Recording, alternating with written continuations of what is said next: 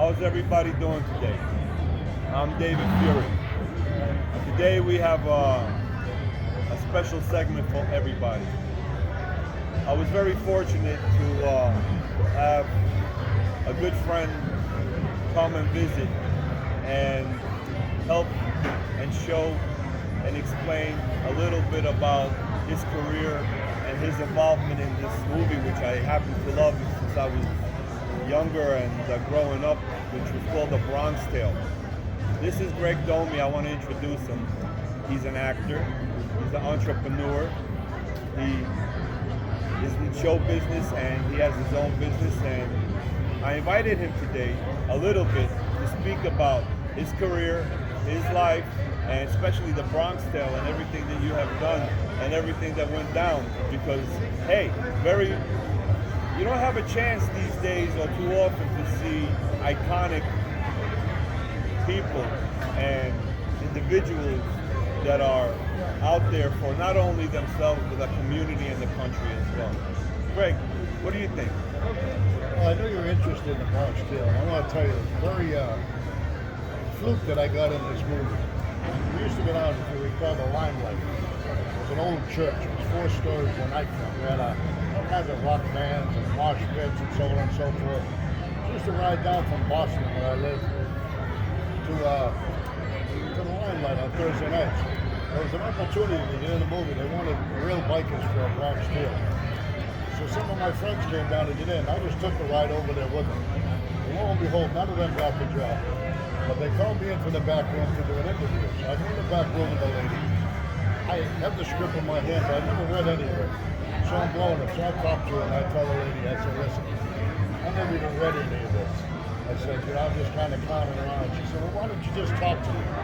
Let me hear your voice, see how you sound on camera. So I go ahead. I believe her name was Laurie.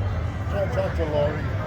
After it's done, we head back over to 3rd Street to my friend's building. It's a 7-story walk-up. Really cool. And if you remember the walk-ups, you had the bathrooms, the telephones in the hallway. So I'm in there. They got a downstairs recreation room with pool tables, bar room. I'm in there. They call me to the phone. They said, hey, Greg, De Niro's office is on the phone. I said, come on, man, stop playing. They said, I'm serious. De Niro's office is on the phone. I said, all right, look, I'll play along. So I pick up the phone. She says, how you doing? This is Laurie. I met with you today. We did an interview. She goes, Bob really likes you. Don't leave New York City. He wants to meet you tomorrow. Lo and behold, I go and meet him. I end up getting a pod. It was a really cool pod. Me and a handful of good friends of mine, we got the pod. So we do the pod. It's the fight scene in the movie, if you recall. We were the bikers in the fight scene. So it was a hell of a scene, hell of a fight scene. Everything was great. At the end of the day, we sit in those captain's chairs, the director's chairs, and we watch how the fight went along. Okay, so we go to the premiere. I'm sitting in the premiere. It's me, the young kid Collegialo, and Robert De Niro. The fight scene comes. It's a slaughter. I look over at Bob and I said, Bob, what the hell? Who was that? He looks back at me and he says, you know, it's I don't do the editing, and it is an Italian movie. I was a little disappointed with it. But Bob, they really treated me well. You know, at one point they flew me down to New York to do an audio. So I had a big part in the movie, but it got all cut out. I actually beat up Jimmy Whiskers and a couple of the baseball bats. So they call me down, they bring me into the studio room. This is all new to me. I've never done anything like it. So they bring me in this room. On the whole wall is the fight scene. But I'm standing there in the fight scene. And on the side of me, there's a little couches. People are sitting quietly, and behind me is the sound room. So I'm supposed to say, you like hitting my friends in the back, you dago fucking rat? So on and so forth. And De Niro's sitting there. De Niro says, after they put the lights on, he says, you mind if I do it? So he gets up and does it. He kills it. Of course, he's one of the best actors that ever done it. He says, you got it? I said, I got it. So they shut the lights back off, and I have a tap and check. You like hitting my friends in the back, you fucking dago what? You motherfucker. Bam, bam, bam, bam. All of that, you know? And then afterwards, the light comes on. There's 2 people sitting on a couch like this. I just had a complete temper tantrum. But that's how it works. But they're really good to us. Bob got us in the Screen Actors Guild because we went from extras to actors and stuntmen. So it was quite an experience. We're really fortunate to be able to do it. Honestly, I was still disappointed to this day that it was just a beating we were involved in, but it's Hollywood. This is over 30 years ago, getting actors paid. We're at about $75 an hour in 1991, which is pretty good pay. So it was a great experience. So if you have a chance to watch A Bronx Tale, watch the fight scene. You'll see me in there with my boys. It was a great time, and I appreciate you bringing that up because it was part of my legacy, I guess you'd say. Chaz Palminteri, real gentleman. I did another movie with him afterwards called The Vault, and I had the fight scene in a prison. I guess they liked me for the fight scene, you know.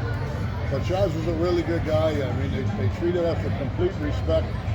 Can't say enough about it. You know what I mean? I actually gave those guys Sin City Cycle hoodies from my personal business, and they both really liked them. I wrote a letter to them thanking them for the opportunity to do it. From what I understand, De Niro stopped the whole production to read my letter to everybody. One last thing. I went down there to shoot a movie on the other side of town called The New York Cop. And I went into their set. De Niro turned around and seen me. He looked again. He stopped what he was doing. He come over and shake my hand. And he says, "What are you doing down here?" You got one of the Italian guys in the movie with him. I said, "I'm shooting a movie on the other side of town." The Italian guy with him says, "Oh, man, it's going to be the same bikers in every movie." De Niro looks at him, chastises him, and says, "It's the same gangsters, ain't it?" He looked back at me and laughed. So, I mean, he was a cool guy. It was a great experience, you know. But check out A Bronx Tale. You see me, Greg Domey in there, and a lot of my good friends. Right on, guys. Appreciate you watching this segment. I'd say, first of all, I gotta shake your hand. I hope you guys enjoy and still are enjoying this iconic individual. You see how much charisma. Thank you for doing such a great job and everything. Guys, Appreciate you, dude. I appreciate you too. I hope you guys stay tuned because we got more coming up in the next, I believe, few minutes. But I'm Dave Furie. This is Greg Domey. Stay tuned. We got more coming. Right on.